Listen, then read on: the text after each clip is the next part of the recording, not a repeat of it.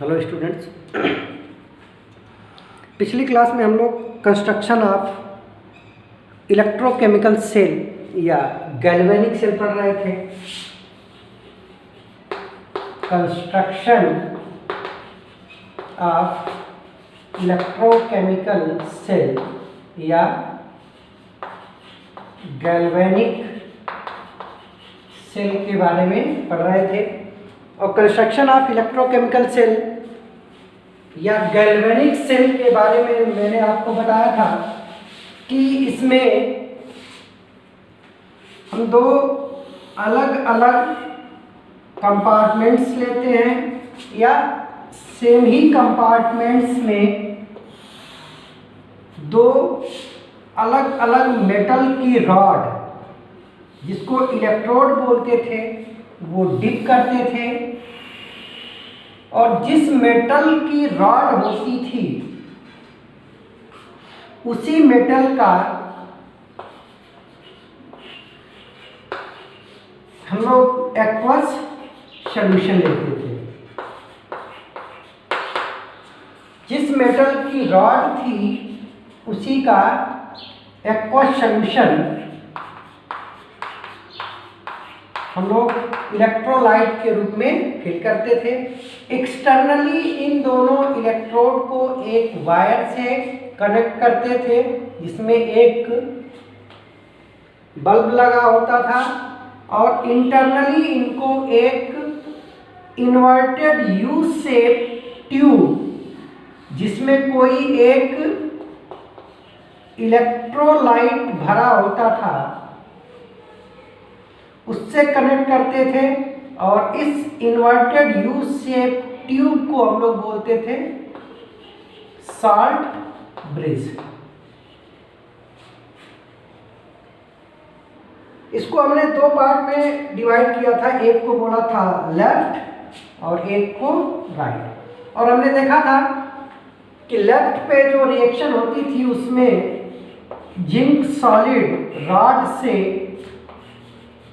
अपने आयंस के रूप में by the loss of electron aqueous form में जाता था। और इस प्रोसेस में जिंक एक्वस के रूप में जाएगा, तो रॉड के ऊपर निगेटिव चार्ज आ जाता था और सॉल्यूशन में पॉजिटिव चार्ज आ जाता था। और इस निगेटिव और पॉजिटिव चार्ज के वजह से एक पोटेंशियल डिफरेंस क्रिएट होता था। जो निगेटिवली चार्ज रॉड थी उसका हमने नाम दिया था एनोड। और इस एनोड पे जो रिएक्शन होती थी वो ऑक्सीडेशन की होती थी। इसी तरीके से राइट साइड में मेटल का आयन रॉड में जाता था, रॉड से इलेक्ट्रॉन ले लेता था, तो इस वजह से ये रॉड पॉजिटिवली चार्ज हो जाती थी और ये आयन इसके ऊपर डिपॉजिट होता था। रिएक्शन जो होती थी वो होती थी आयन एक्वस फॉर्म में इलेक्ट्रॉन रॉड से लेके और सॉलिड के रूप में डिपॉजिट होता था। रिएक्शन का नाम था रिडक्शन।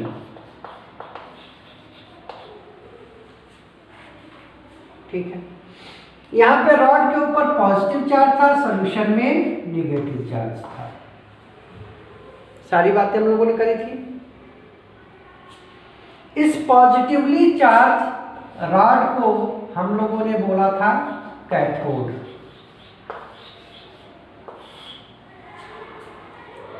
अब एनोड निगेटिवली चार्ज टर्मिनल है या इलेक्ट्रोड है, और कैथोड पॉजिटिवली चार्ज इलेक्ट्रोड है।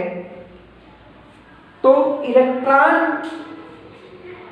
एनोड पे जाते हैं, जैसे ही आपने वायर से कनेक्ट किया तो ये इलेक्ट्रॉन एनोड से कैथोड की तरफ या लेफ्ट से राइट की तरफ एक्सटर्नल सर्किट में मूव करेंगे।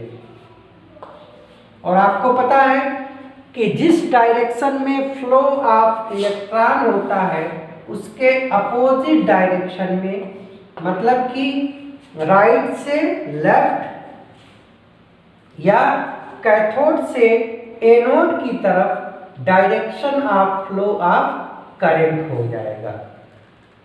तो इस तरह से ये जो अरेंजमेंट था इसको हमने बोला था गैल्वेनिक सेल। इस गैल्वेनिक सेल में जो भी केमिकल चेंजेज हो रहे हैं, एक तरफ एनोड के तरफ ऑक्सीडेशन हो रहा है, तो इस हाफ सेल को हम लोग बोलते थे एनोडिक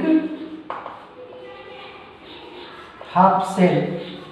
और राइट साइड में रिडक्शन हो रहा है तो इस सेल को बोलते थे रिडक्शन हाफ सेल। ठीक है, यही अरेंजमेंट कहलाया था गैल्वेनिक सेल। और ये एक स्पॉन्टेनियस रिएक्शन थी। नेट जो रिडॉक्स रिएक्शन होगा उसके वजह से जो फ्लो ऑफ करंट होगा या पोटेंशियल जनरेट होगा वही इस सेल का सेल पोटेंशियल या वोल्टेज कहलाएगा। अब इसमें हमको आज के लेक्चर में ये देखना था कि ये साल्ट ब्रिज क्या है,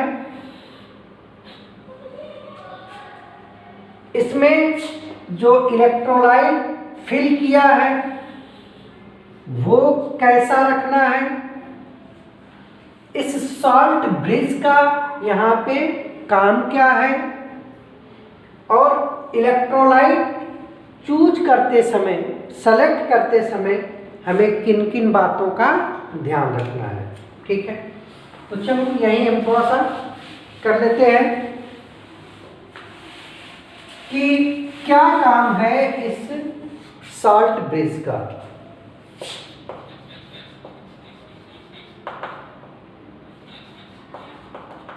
ये साल्ट ब्रिज क्या है बेटा? साल्ट ब्रिज इन्वर्टेड, यू ऐसे बनता है, इन्वर्टेड ऐसा। Salt bridge inverted U shape, एक ट्यूब होती है जिसके अंदर इलेक्ट्रोलाइट भरा होता है, और ये इलेक्ट्रोलाइट एक केमिकल होता है जिसको बोलते हैं अगर। ये फंगस से निकाला जाता है, इसी के अंदर सेमी सॉलिड स्टेट में भरा जाता है, और यहाँ पे ये कॉटन का प्लग लगा दिया जाता है जिससे कि ये सारा का सारा इलेक्ट्रोलाइट बाहर ना आए। तो साल्ट ब्रिज क्या हो गया? Inverted U shape tube in which electrolyte is filled in agar solution in semi solid state. तो ये तो हो गया सॉल्ट ब्रिज। अब इस सॉल्ट ब्रिज का फंक्शन क्या होता है, काम क्या करता है ये सॉल्ट ब्रिज, क्यों लगाते हैं इसको, फंक्शन क्या है इसका? तो फंक्शन देखो बेटा इसका क्या है। आपने जब ये अरेंजमेंट सेट किया तो एक्सटर्नल सर्किट में इलेक्ट्रॉन एनोड से कैथोड की तरफ मूव कर रहे हैं। एनोड से इलेक्ट्रॉन निकलेगा और ये एक्सटर्नल सर्किट वायर के थ्रू जाके कैथोड में मिल जाएगा। बट जब तक ये इलेक्ट्रॉन फिर इधर से इंटरनली कैथोड से एनोड तक नहीं आएगा तब तक ये सर्किट कंप्लीट नहीं होगी। और सर्किट कंप्लीट नहीं होगी तो फ्लो ऑफ इलेक्ट्रॉन नहीं होगा। तो जो साल्ट ब्रिज का इलेक्ट्रोलाइट, जैसे मान लो जनरली हम लोग KCl भरते हैं तो K+ और Cl- होता है। इस इलेक्ट्रोलाइट का जो एनायनिक पार्ट होता है वो जाता है एनोड की तरफ और कैटायनिक पार्ट जो है वो जाता है कैथोड की तरफ। और पॉजिटिव और नेगेटिव चार्ज की वजह से जो सर्किट है वो कंप्लीट हो जाता है, यानी कि इलेक्ट्रिसिटी प्रॉपरली कंडक्ट होता है। तो पहला काम हो गया फंक्शन में कि इट कंप्लीट सर्किट, ये सर्किट को कंप्लीट करता है। सेकंड इसका फंक्शन क्या होगा?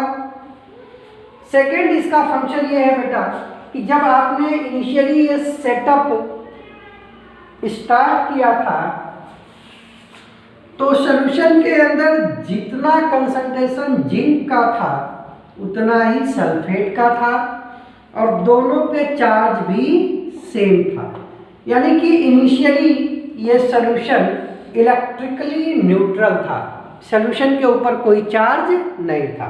बट एक बार ये रिएक्शन शुरू हुई, जिंक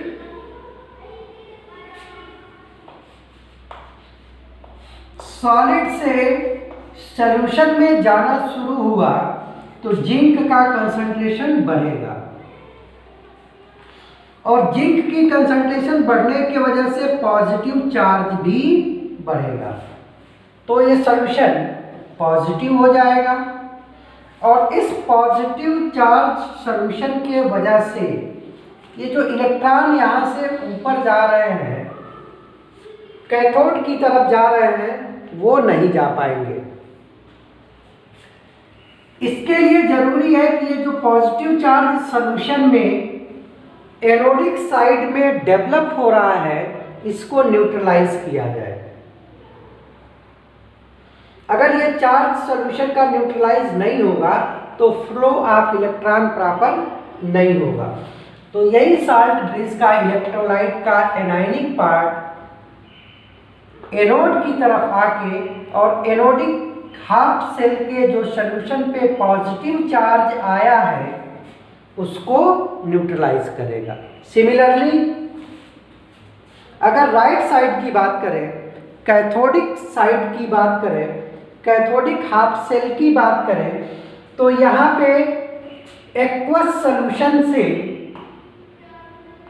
मेटल आयन जो कि कॉपर आयन है ये रॉड में जाएगा और ऐसा होने से कॉपर आयन का कंसंट्रेशन सॉल्यूशन में डिक्रीज होगा तो पॉजिटिव चार्ज डिक्रीज होगा और पॉजिटिव चार्ज डिक्रीज होने के वजह से अब ओवरऑल नेगेटिव चार्ज इंक्रीज होने लगेगा और ये सॉल्यूशन नेगेटिवली चार्ज होगा। नेगेटिवली चार्ज सॉल्यूशन जो इलेक्ट्रॉन आ रहे हैं जिनके ऊपर भी नेगेटिव चार्ज है इनको रिपेल करेगा तो करंट के फ्लो में हिंड्रेंस आएगी।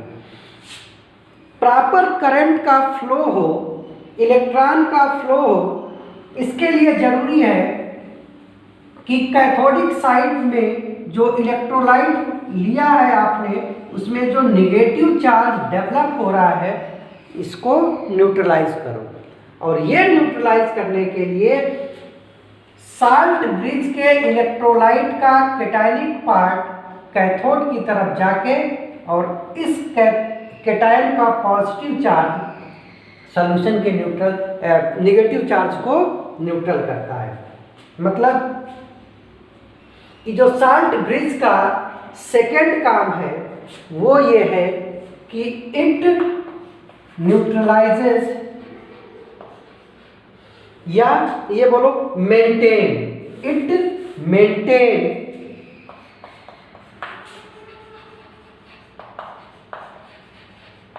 इलेक्ट्रिकल न्यूट्रलिटी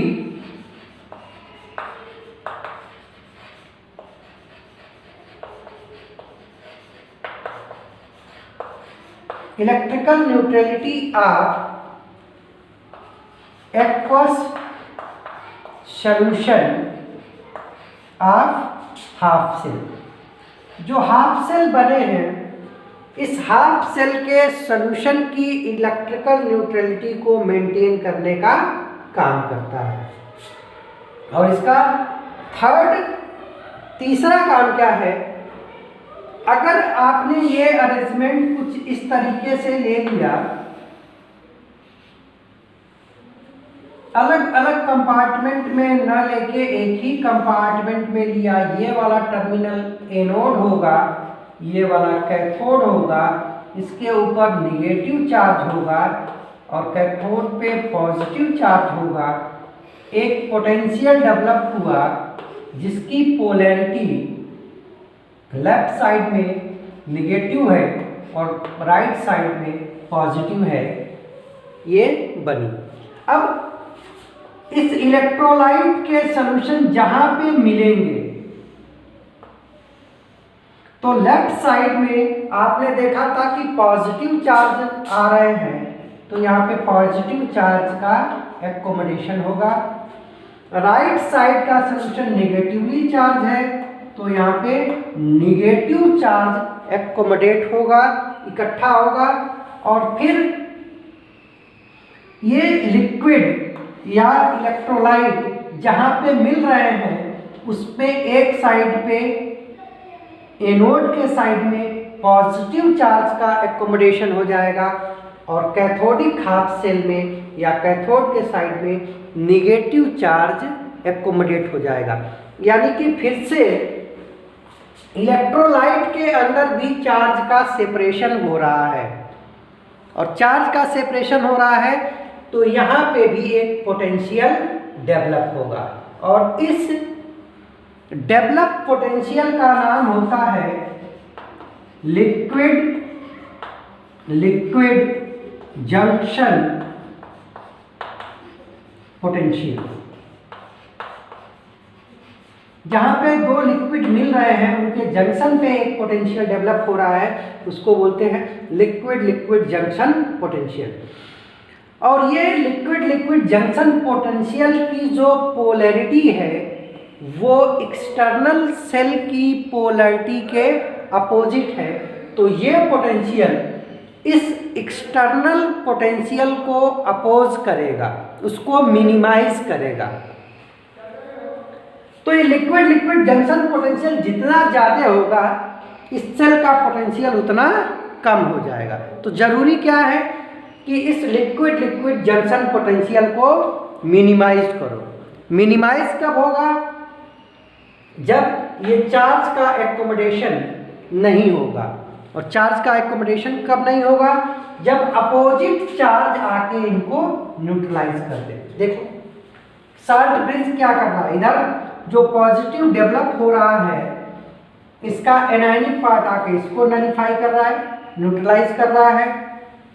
कैथोड के तरफ जो निगेटिव चार्ज डेवलप हो रहा है, केटायन आके इसको न्यूट्रलाइज कर रहा है। तो third function of salt bridge ये हो जाएगा कि इट मिनिमाइज, जीरो तो नहीं करता है, थर्ड फंक्शन कि इट मिनिमाइज कम करता है liquid junction potential. Liquid junction potential को मिनिमाइज करता है। ठीक है बेटा। अब नेक्स्ट बात यह है कि जो साल्ट ब्रिज का इलेक्ट्रोलाइट लिया है आपने, इसको लेते समय क्या चीज़ आपको ध्यान रखनी है? तो उसके लिए इसका फंक्शन कि काम क्या करता है, वो अगर हमारा क्लियर है तो हम ये सोच सकते हैं कि इलेक्ट्रोलाइट कैसा होना चाहिए। पहला इसका काम क्या था? काम इसका था कि सर्किट कंप्लीट करता है। कैसे? चार्ज को या इलेक्ट्रॉन को कैथोड से एनोड की तरफ फ्लो करा के, और ये इलेक्ट्रॉन किसके रूप में फ्लो होते हैं? आयंस के रूप में। मतलब एनायन इधर को मूव करेगा और कैटायन इधर को मूव करेगा, और इस मूवमेंट में इलेक्ट्रॉन जो फ्लो होंगे अंदर वो कैथोड से एनोड की तरफ फ्लो करेंगे। ठीक, अगर कैटायन और एनायन की आयनिक मोबिलिटी, क्या बोला मैंने, कैटायन और एनायन की आयोनिक मोबिलिटी सेम नहीं है, मतलब कि जिस स्पीड से कैटायन कैथोड की तरफ जा रहा है उसी स्पीड से एनायन एनोड की तरफ नहीं जा रहा है, तो जो चार्ज या इलेक्ट्रॉन का फ्लो होगा वो प्रॉपर नहीं होगा। एक तेज चल रहा है, एक धीमा चल रहा है, तो प्रॉपरली करंट फ्लो नहीं करेगी।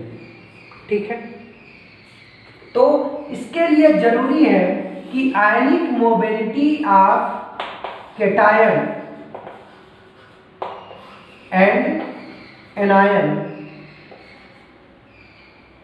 कैसी हो, सेम हो, दोनों की आयनिक मोबिलिटी सेम हो। अच्छा, अब आपको थोड़ा सा दिक्कत हो रही है कि आयनिक मोबिलिटी क्या होती है। तो आयनिक मोबिलिटी किसी आयन द्वारा 1 सेकेंड में ट्रेवल डिस्टेंस होती है। कोई भी आयन, कैटायन या एनायन, 1 सेकेंड में जितनी डिस्टेंस कवर करता है, प्रोवाइडेड दैट, शर्त यह है कि पोटेंशियल सेम हो। जैसे मान लो आपने यहाँ पे जो पोटेंशियल लगाया है 1 वोल्ट लगा दिया, तो 1 वोल्ट में कैटायन 1 सेकेंड में जितने सेंटीमीटर तय किया, और एनायन 1 सेकेंड में जितना सेंटीमीटर डिस्टेंस ट्रेवल किया, वही इन आयंस की आयनिक मोबिलिटी होती है। Distance travelled by ion in 1 second when 1 volt of potential difference is applied। 1 volt potential difference apply करने के बाद आयन 1 सेकेंड में जितनी डिस्टेंस ट्रेवल करते हैं वही डिस्टेंस इन आयंस की आयनिक मोबिलिटी कहलाती है। अब आयनिक मोबिलिटी डिपेंड करती है, आयनिक मोबिलिटी डिपेंड करती है चार्ज पे और डिपेंड करती है साइज ऑफ आयन पे। चार्ज के डायरेक्टली प्रोपोर्शनल होती है और साइज के इनवर्सली प्रोपोर्शनल होती है। चार्ज जितना ज़्यादा होगा आयनिक मोबिलिटी उतनी ज़्यादा होगी, साइज जितनी छोटी होगी आयनिक मोबिलिटी उतनी ज़्यादा होगी।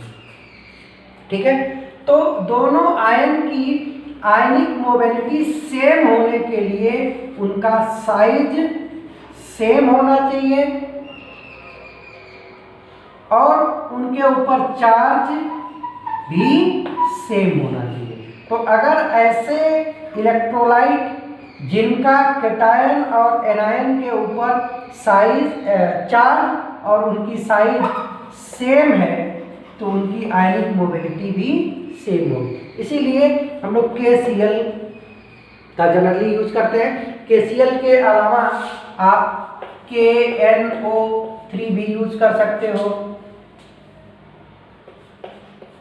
NH4 NO3 भी यूज कर सकते हो। तो ऐसे इलेक्ट्रोलाइट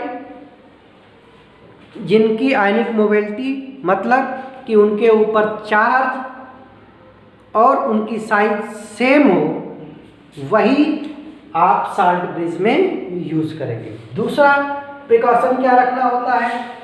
दूसरा प्रिकॉशन ये है कि जो इलेक्ट्रोलाइट यूज किया है आपने उसका नेचर इनर्ट होना चाहिए। कैसा होना चाहिए? इनर्ट नेचर का होना चाहिए। अब इनर्ट नेचर का क्या मतलब है? इनर्ट का मतलब तो आप जानते हो कि नॉन रिएक्टिव। और ये नॉन रिएक्टिव किसके रिस्पेक्ट में? जैसे आपने जो इलेक्ट्रोलाइट साल्ट ब्रिज में भरा है तो इसका कैटायन कैथोड की तरफ जाएगा, एनायन एनोड की तरफ जाएगा। अब मान लो ये एनायन एनोड की तरफ गया और जाके एनोड से कोई केमिकल रिएक्शन कर लिया, या जो इलेक्ट्रोलाइट है इनसे कोई केमिकल रिएक्शन कर लिया, तो इस नए केमिकल रिएक्शन के वजह से जो सेल की रिएक्शन है वो अफेक्टेड होगी, और सेल की रिएक्शन अफेक्टेड होगी तो सेल का पोटेंशियल भी अफेक्टेड होगा। तो इलेक्ट्रोलाइट ऐसा होना चाहिए जो किसी भी इलेक्ट्रोड या किसी भी इलेक्ट्रोलाइट के साथ केमिकल रिएक्शन ना करे, ठीक है। इसीलिए अगर ये सॉल्यूशन आपने सिल्वर का लिया है, मतलब इलेक्ट्रोड सिल्वर के बनाए हैं, या आपने Hg के बनाए हैं, तो उस केस में हम लोग KNO3 या NaCl का यूज नहीं करते। क्यों? क्योंकि ये जो निगेटिव पार्ट है ये सिल्वर से जाके AgCl बना लेगा, और AgCl वाइट कलर का प्रेसिपिटेट होता है, केमिकल रिएक्शन हो गई तो सेल की रिएक्शन हिंडर होगी। कहने का मतलब ये है कि इलेक्ट्रोलाइट के जो आयंस हैं उनकी आयनिक मोबिलिटी सेम होनी चाहिए, और दूसरा वो केमिकली न्यूट्रल होना चाहिए। केमिकली न्यूट्रल का मतलब कि वो किसी भी इलेक्ट्रोलाइट या किसी भी इलेक्ट्रोड के साथ कोई केमिकल रिएक्शन नहीं करने चाहिए, ठीक है। तो ये तो हो गया साल्ट ब्रिज के बारे में। अब इसके बाद हम लोग बात करते हैं कि ये जो पोटेंशियल डेवलप होता है वो क्या होता है, मतलब ये इलेक्ट्रोड पोटेंशियल, यहाँ पे जो पोटेंशियल डेवलप हो रहा है वो क्या है, मतलब इलेक्ट्रोड पोटेंशियल।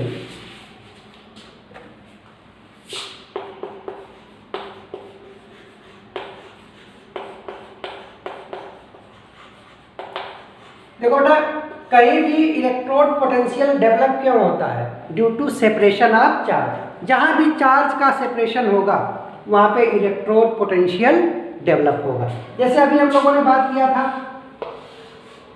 कि रॉड लगाई थी, रॉड से मेटल के आयन सॉल्यूशन में जा रहे थे, तो ये रॉड नेगेटिवली चार्ज हो रही थी, सॉल्यूशन पॉजिटिवली चार्ज हो रहा था। पॉजिटिव और नेगेटिव चार्ज का सेपरेशन होगा, यहाँ पे पोटेंशियल डेवलप होगी, और यही पोटेंशियल कहलाएगा इलेक्ट्रोड पोटेंशियल। अब देखो जरा, इन जनरल हम लोग बात करें तो ये देखा गया है कि जब भी किसी मेटल को, किसी मेटल की रॉड को, ये मेटल की रॉड है, इसी मेटल के एक्वस सॉल्यूशन में अगर आपने डिप किया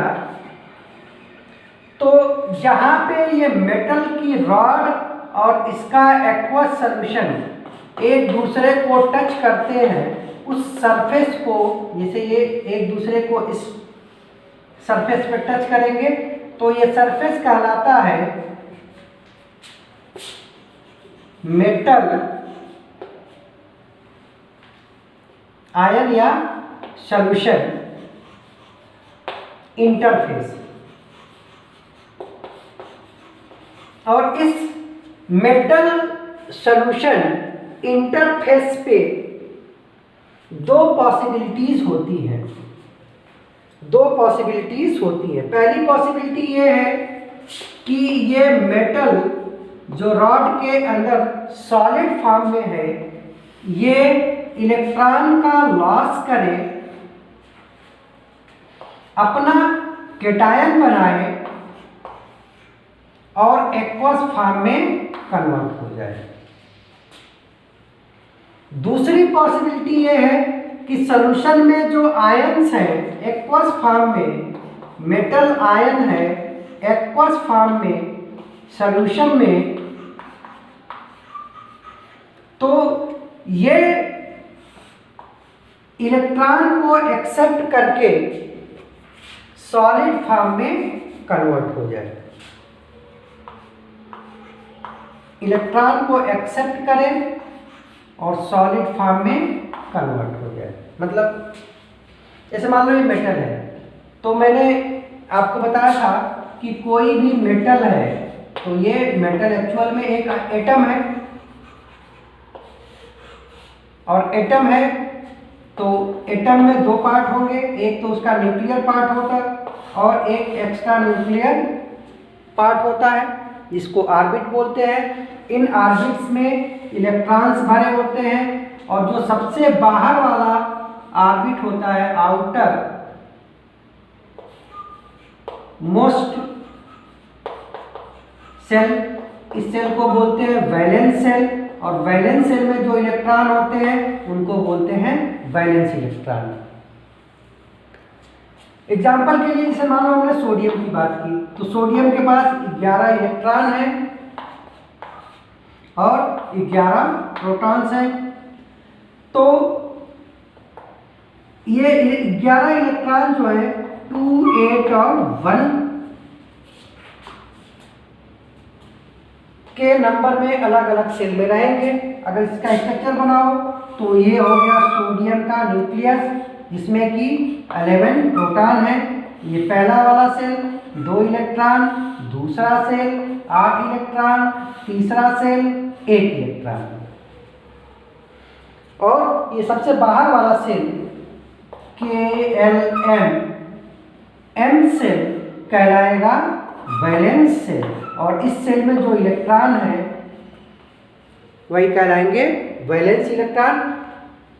अब अगर इस एटम को 2 पार्ट में डिवाइड करें तो मैंने आपको बताया था कि एक पार्ट हो जाता है वैलेंस सेल का, और वैलेंस सेल के अलावा जितने सेल हैं और इसका जो न्यूक्लियस है इसको हम लोगों ने बोला था कर्नल। ठीक है, तो किसी एटम को कर्नल और वैलेंस इलेक्ट्रॉन के रूप में रिप्रेजेंट करें तो M+N और Ne के रूप में होगा। तो यहां से मेटल सॉल्यूशन में जाएगा तो इसके ऊपर नेगेटिव चार्ज आता जाएगा, या ये मेटल का आयन सॉल्यूशन से रॉड में जाएगा तो इस इलेक्ट्रॉन को लेके सॉलिड बनाएगा तो रॉड पे पॉजिटिव चार्ज आता जाएगा। ये दोनों रिएक्शंस हो सकती हैं। अगर ये फर्स्ट वाली रिएक्शन हो रही है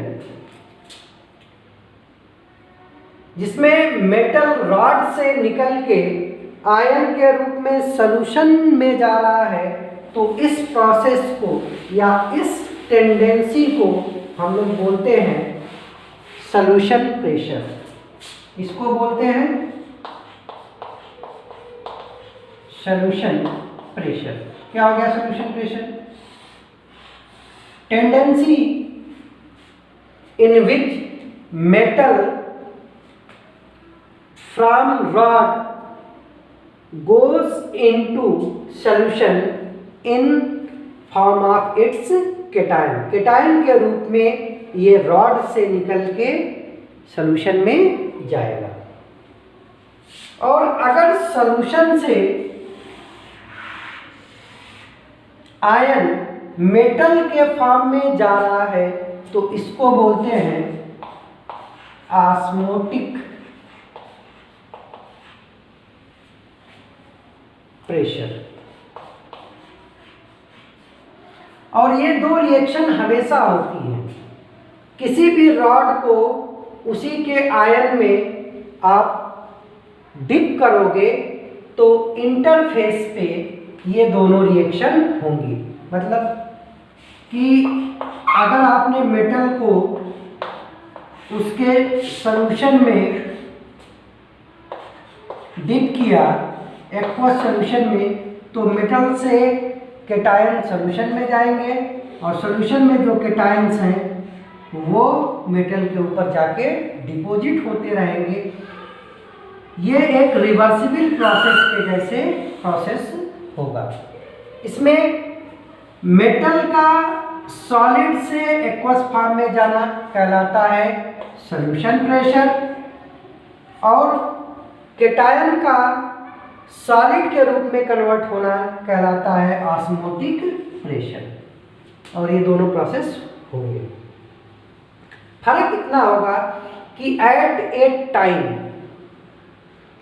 टाइम इन दोनों में से कोई एक प्रोसेस की टेंडेंसी ज्यादा होगी, किसी एक प्रोसेस की टेंडेंसी ज्यादा होगी। सपोज करो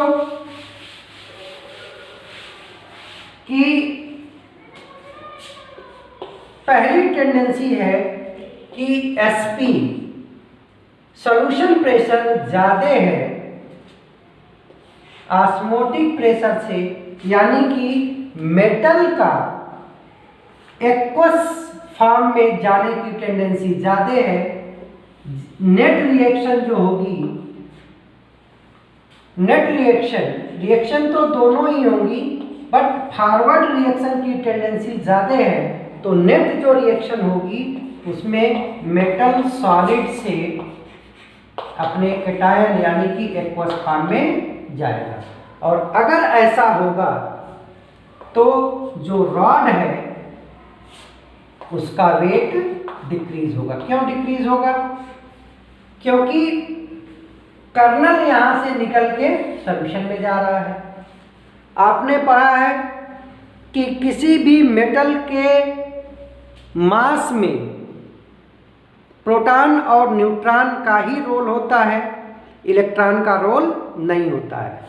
और प्रोटॉन और न्यूट्रॉन कर्नल वाले पार्ट में ही होते हैं। तो यहाँ से प्रोटॉन और न्यूट्रॉन निकल के सॉल्यूशन में जा रहे हैं, तो इस रॉड का मास कम होगा। अगर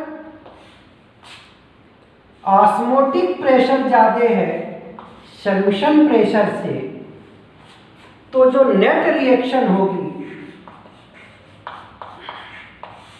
रिएक्शन तो दोनों ही होगी, लेकिन टेंडेंसी किसकी ज्यादा होगी? एक्वस से सॉलिड में जाना। तो नेट रिएक्शन होगी मेटल आयन एक्वस सॉल्यूशन से सॉलिड फॉर्म में जाएगा। यानी कि अब ये एक्वस सॉल्यूशन से मेटल यहाँ जाके डिपॉजिट होगा और इस इलेक्ट्रॉन को लेके और यहाँ पे इकट्ठा होता रहेगा सॉलिड के फॉर्म में। तो जो मेटल की रॉड है उसका वेट इंक्रीज हो जाएगा। तीसरी पॉसिबिलिटी ये होती है कि इन दोनों की टेंडेंसी सेम है। एसपी बराबर ओपी, एसपी बराबर ओपी ऑस्मोटिक प्रेशर, एम नहीं, ऑस्मोटिक प्रेशर, सॉल्यूशन प्रेशर और ऑस्मोटिक प्रेशर सेम है। यानी कि जिस रेट से मेटल सॉल्यूशन में आ रहा है उसी रेट से सॉल्यूशन से मेटल सॉलिड फॉर्म में जा रहा है, तो उस समय रॉड के वेट में कोई फर्क नहीं आएगा, ये कांस्टेंट होगा। ठीक है, तो इन तीनों में से कोई भी प्रोसेस हो, इसको छोड़ दो, इन दोनों प्रोसेस में चार्ज का सेपरेशन होगा और उस चार्ज के सेपरेशन की वजह से पोटेंशियल डेवलप होगा और वही कहलाएगा इलेक्ट्रोड पोटेंशियल। एक एक करके थोड़ा सा लोग डिटेल में देखते हैं। अब तक हमने ये सीखा कि जब भी किसी मेटल की रॉड को उसके आयन के एक्वस सॉल्यूशन में डिप करते हैं तो मेटल सॉल्यूशन इंटरफेस पे दो पॉसिबिलिटीज़ होती हैं। एक पॉसिबिलिटी ये होती है कि मेटल सॉलिड एक्वस फॉर्म में जाए और दूसरी पॉसिबिलिटी ये होती है कि एक्वस सॉल्यूशन से मेटल का कैटायन सॉलिड फॉर्म में मेटल के सरफेस पे जाके डिपॉजिट हो जाए। अब इन दोनों पॉसिबिलिटीज में तीन संभावनाएं और बन जाती हैं, जिसमें हम लोग पहला पढ़ेंगे केस 1। और केस 1 क्या होगा, जिसमें सॉल्यूशन प्रेशर ज़्यादा होगा और ऑस्मोटिक प्रेशर कम होगा। तो अगर सॉल्यूशन प्रेशर ज़्यादा होता है, सॉल्यूशन प्रेशर ज़्यादा होता है ऑस्मोटिक प्रेशर से, तो केस 1 बनेगा जिसमें SP ज़्यादा है OP से, यानी कि tendency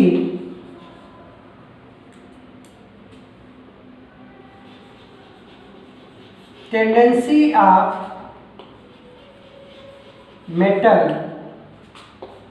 to go into solution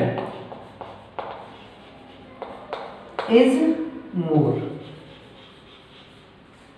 और ऐसा होगा तो नेट रिएक्शन क्या होगी, रिएक्शन तो दोनों ही होगी, लेकिन नेट रिएक्शन क्या होगी कि जो मेटल सॉलिड है ये इलेक्ट्रॉन का लॉस करेगा और अपना कैटायन बनाएगा और ये कैटायन एक्वस फॉर्म में सॉल्यूशन में जाएगा।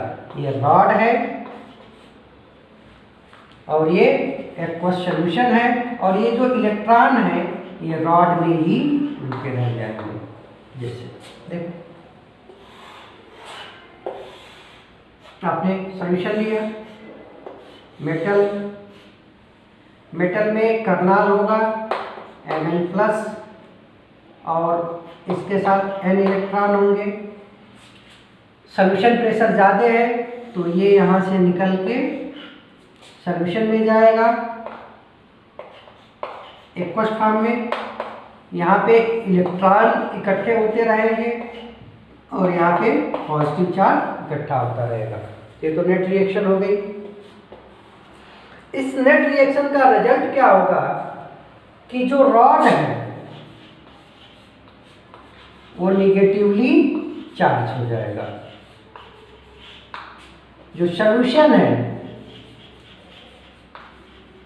वो पॉजिटिवली चार्ज हो जाएगा। वेट ऑफ रॉड, कर्नाल निकल रहा है तो डिक्रीज होगा। नेट रिएक्शन क्या होगी, ऑक्सीडेशन होगी। चार्ज का सेपरेशन हुआ, solution positive, rod negative, charge का सेपरेशन, पोटेंशियल डेवलप हुआ। जो पोटेंशियल डेवलप हुआ वो ऑक्सीडेशन की वजह से हुआ, तो पोटेंशियल कहलाएगा ऑक्सीडेशन पोटेंशियल।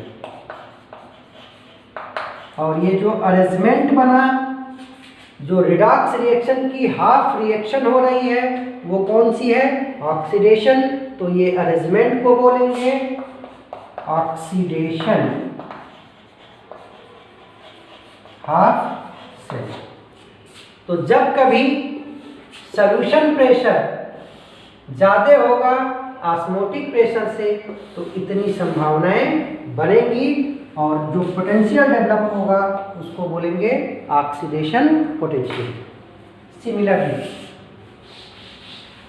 अगर इसका अपोजिट हो जाता है, अपोजिट केस है जिसमें अब ऑस्मोटिक प्रेशर ज़्यादा है, सॉल्यूशन प्रेशर कम है, मतलब कि अब आयन की टेंडेंसी ज़्यादा है एक्वस फॉर्म से सॉलिड फॉर्म जाने की। आपने मेटल की रॉड को उसी के आयन में डिप किया और इंटरफेस पे ऑस्मोटिक प्रेशर ज़्यादा है तो ये आयन सॉल्यूशन से मेटल में जाएंगे, सॉल्यूशन से मेटल में जाके मेटल के अंदर जो इलेक्ट्रॉन है इनको एक्सेप्ट करेंगे,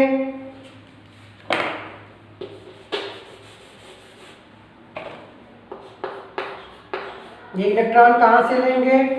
रॉड से लेंगे। ये कहाँ से है? सॉल्यूशन से। और ये कहाँ पे जाएंगे? रॉड पे जाएंगे। तो रॉड पे जाके इकट्ठे होते जाएंगे। अब रॉड में इलेक्ट्रॉन बच गए हैं, रॉड से इलेक्ट्रॉन लिए गए हैं तो कम हो गए हैं, तो रॉड क्या हो जाएगा? रॉड पॉजिटिवली चार्ज हो जाएगा,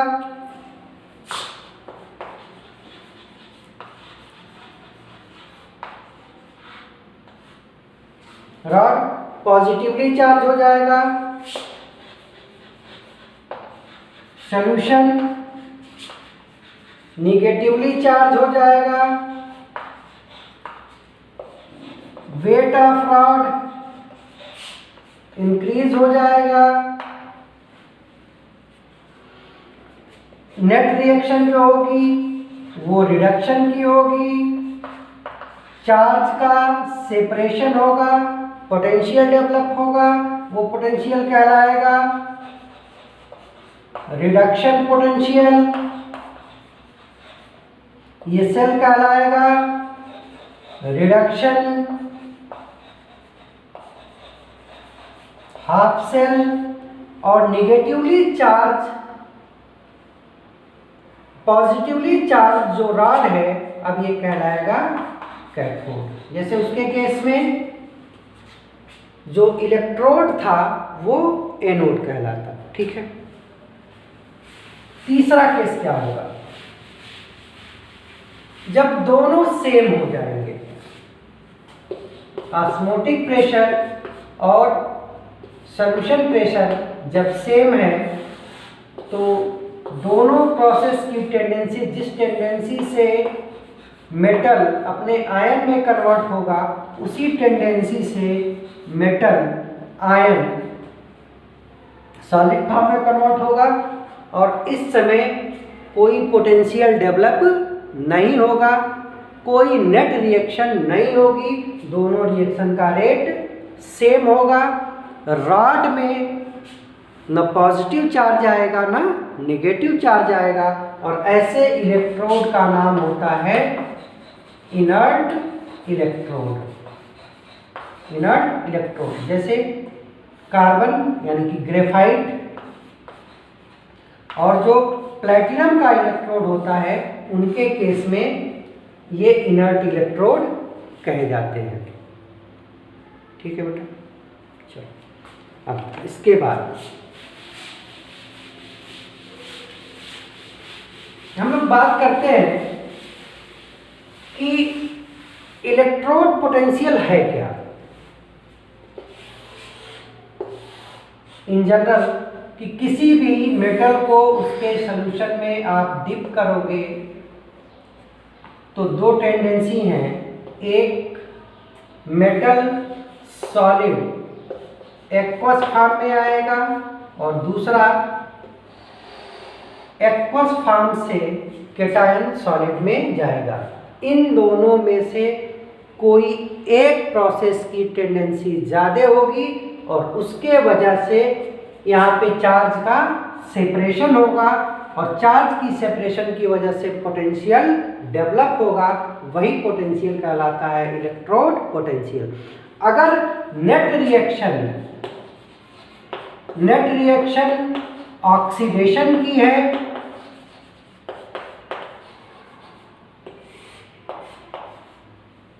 तो पोटेंशियल कहलाएगा oxidation potential. Net reaction reduction की है तो जो पोटेंशियल डेवलप हुआ है वो कहलाएगा रिडक्शन पोटेंशियल। ठीक है, तो इलेक्ट्रोड पोटेंशियल क्या है? जब भी किसी मेटल की रॉड को उसके एक्वस सॉल्यूशन में डिप करोगे तो चार्ज का सेपरेशन होगा और उस चार्ज के सेपरेशन की वजह से पोटेंशियल डेवलप होगा, वही कहलाएगा इलेक्ट्रोड पोटेंशियल। अगर ये इलेक्ट्रोड पोटेंशियल ऑक्सीडेशन की वजह से है तो ऑक्सीडेशन पोटेंशियल होगा, और रिडक्शन की वजह से है तो रिडक्शन पोटेंशियल होगा। ठीक है बेटा, अब हम लोग बात कर लेते हैं कि कौन कौन से फैक्टर हैं जिनके ऊपर ये ऑक्सीडेशन और रिडक्शन पोटेंशियल डिपेंड करते हैं। फैक्टर अफेक्टिंग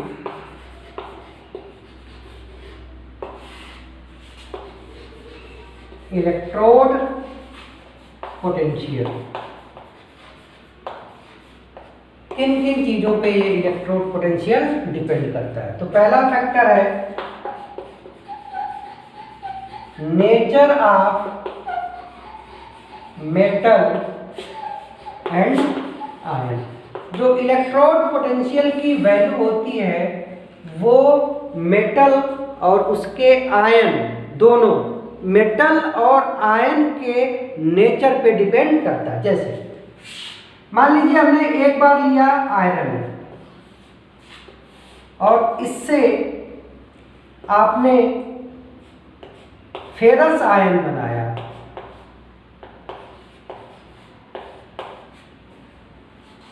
तो चार्ज का सेपरेशन होगा, पोटेंशियल डेवलप होगा। पोटेंशियल को E से लिखेंगे। प्रोसेस ऑक्सीडेशन है तो ऑक्सीडेशन पोटेंशियल, और सपोज करो कि इसकी वैल्यू आती है x1। फिर अगली बार आपने मेटल तो आयरन नहीं लिया, लेकिन चार्ज मतलब जो आयन बनाया वो फेरस ना बना के फेरिक बना दिया। यहाँ पे भी पोटेंशियल डेवलप होगा, ऑक्सीडेशन है तो ऑक्सीडेशन पोटेंशियल होगा। सपोज करो कि वैल्यू x2 है। अब ये जो x1 और x2 की वैल्यू होगी ये डिपेंड करेगी मेटल पे और मेटल के आयन पे। मेटल तो सेम है लेकिन आयन सेम नहीं है, यानी कि आयन का नेचर चेंज हो गया तो ये भी चेंज होंगे, यानी कि x1 बराबर x2 नहीं होगा। मेटल सेम रखा, आयन चेंज कर दिया तो भी इलेक्ट्रोड पोटेंशियल चेंज हो जाएगा। मेटल ही चेंज कर दिया, मान लो Zn से Zn+2 बनाया,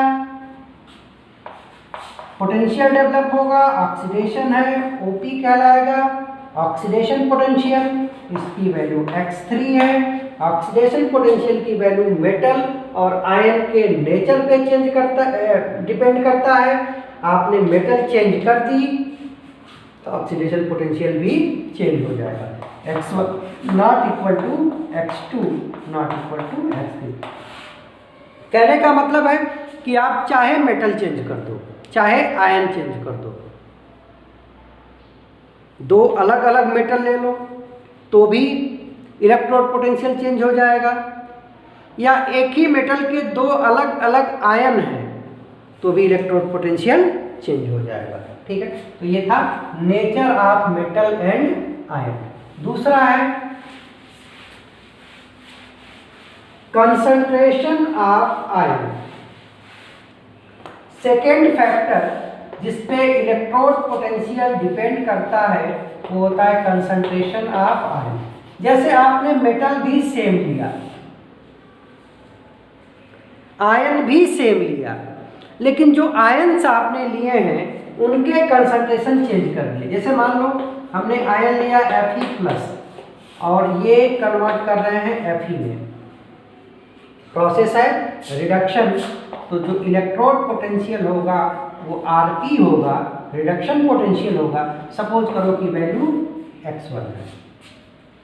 फिर दूसरा आयन आपने लिया फेरिक आयन, मेटल Fe है, प्रोसेस रिडक्शन है, पोटेंशियल डेवलप होगा, नाम होगा रिडक्शन पोटेंशियल, वैल्यू है x2।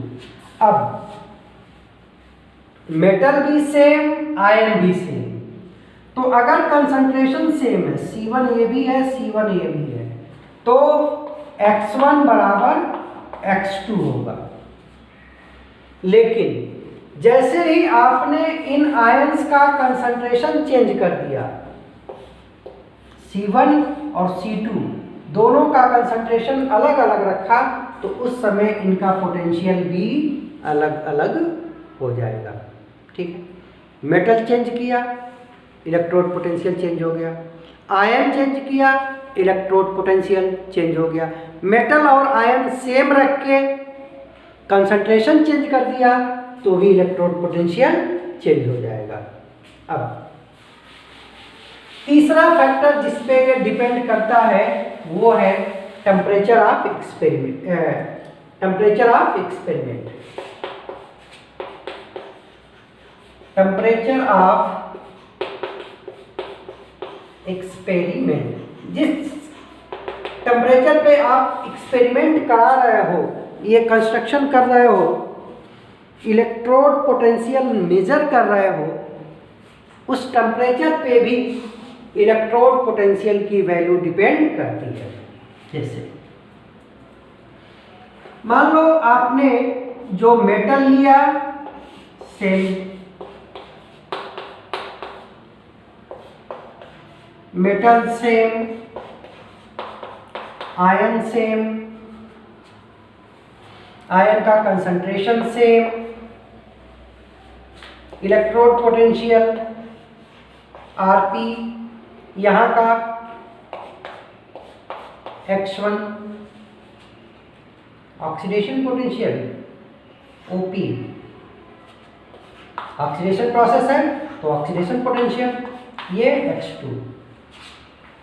अभी आपने मेटल भी सेम रखा है, आयन भी सेम रखा है, कंसंट्रेशन भी सेम है, तो पोटेंशियल भी x1 बराबर x2 है। अगर आपने टेम्परेचर चेंज कर दिया, यहाँ का टेम्परेचर ले लिया T1, यहाँ का टेम्परेचर T2, तो टेम्परेचर चेंज किया तो अब इलेक्ट्रोड पोटेंशियल भी चेंज हो जाएगा। अगर T1 not equal to T2 है तो x1 भी नॉट इक्वल टू x2 होगा। ओवरऑल समझ में क्या आया?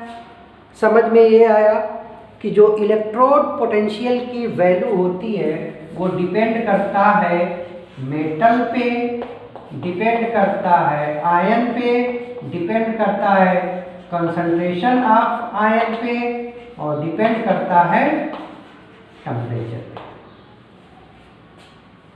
ठीक है। हाँ, अगर आपने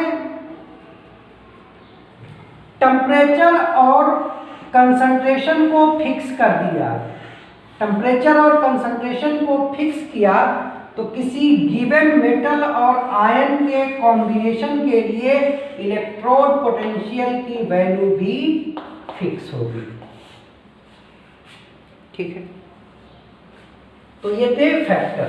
अब इसमें एक एक्स्ट्रा चीज आप ये जानो कि जैसे आप देख रहे हो ना बेटा कि टेम्परेचर और कंसंट्रेशन चेंज करने से इलेक्ट्रोड पोटेंशियल की वैल्यू चेंज होती है। तो किसी गिवन मेटल और आयन के कॉम्बिनेशन के लिए जो इलेक्ट्रोड पोटेंशियल मेजर किया जाता है उसको हम लोग करते हैं स्टैंडर्ड कंडीशन में, स्टैंडर्ड कंडीशन में। और स्टैंडर्ड कंडीशन में जो इलेक्ट्रोड पोटेंशियल की वैल्यू होती है उसको हम लोग रिप्रेजेंट करते हैं E इलेक्ट्रोड पोटेंशियल और नॉट लगा देते हैं, तो ये नॉट से पता चल जाता है कि ये स्टैंडर्ड इलेक्ट्रोड पोटेंशियल है। स्टैंडर्ड इलेक्ट्रोड पोटेंशियल, जैसे हमको स्टैंडर्ड रिडक्शन पोटेंशियल लिखना है तो E electrode potential Rp reduction और स्टैंडर्ड के लिए नॉट लगा देंगे, ये हो जाएगा स्टैंडर्ड रिडक्शन पोटेंशियल। सिमिलरली हमको किसी मेटल और आयन का स्टैंडर्ड ऑक्सीडेशन पोटेंशियल लिखना है, ई इलेक्ट्रोड पोटेंशियल, ओपी ऑक्सीडेशन और स्टैंडर्ड के लिए नॉट। ये हो जाएगा स्टैंडर्ड ऑक्सीडेशन पोटेंशियल। और किसी भी मेटल और आयन के लिए जो स्टैंडर्ड इलेक्ट्रोड पोटेंशियल या स्टैंडर्ड रिडक्शन पोटेंशियल या स्टैंडर्ड ऑक्सीडेशन पोटेंशियल होगी, इसकी वैल्यू हमेशा फिक्स होती है, इसकी वैल्यू फिक्स होती है। ठीक है, तो स्टैंडर्ड कंडीशन में जो इलेक्ट्रोड पोटेंशियल मेजर करते हैं उसको बोलते हैं स्टैंडर्ड इलेक्ट्रोड पोटेंशियल। अब आप पूछोगे कि सर ये स्टैंडर्ड कंडीशन क्या होती है? तो स्टैंडर्ड कंडीशन में जो टेम्परेचर हम लोग कंसीडर करते हैं वो होता है 25 डिग्री सेंटीग्रेड, या केल्विन में लिखो तो 298 केल्विन। जो प्रेशर लिया जाता है वो 1 एटमॉस्फेयर लिया जाता है, और आयन का कंसंट्रेशन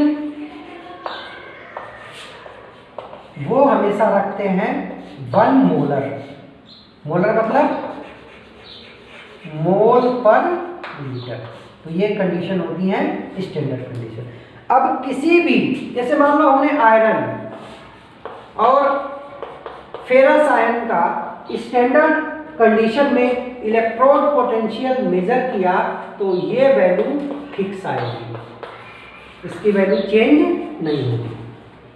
सिमिलरली अगर आपने आयरन और फेरिक आयन लिया, फेरस के जगह फेरिक आयन ले लिया और इसका इलेक्ट्रोड पोटेंशियल आपने स्टैंडर्ड कंडीशन में मेजर किया तो इसकी भी वैल्यू फिक्स होती है, वो चेंज नहीं होती है। तो क्या समझ में आया कि किसी गिवन मेटल और आयन के पेयर के लिए जो इलेक्ट्रोड पोटेंशियल होगा वो दो चीज़ों पे डिपेंड करेगा। एक डिपेंड करेगा टेम्परेचर पे और दूसरा डिपेंड करेगा कंसंट्रेशन पे। अगर मान लो ये रिएक्शन गैसियस के लिए हो रहा है, जैसे हाइड्रोजन है और ये आयन बना रहा है, तो उसके कंडीशन में कंसंट्रेशन की जगह पे हम लोग प्रेशर यूज करते हैं और वो होता है 1 एटमॉस्फेयर स्टैंडर्ड कंडीशन के लिए। तो गैसियस स्पीसीज के लिए जो स्टैंडर्ड प्रेशर होता है वो 1 एटमॉस्फेयर लेके चलते हैं। और अगर आपने स्टैंडर्ड कंडीशन अप्लाई किया तो किसी भी पेयर के लिए, पेयर का मतलब कि मेटल फिक्स उसका ion fix, metal fix ion fix, standard condition fix, तो electrode potential fix. Metal change electrode potential change, ion change electrode potential change. ठीक है, अब जो अगली बात निकल के आती है कि किसी गिवन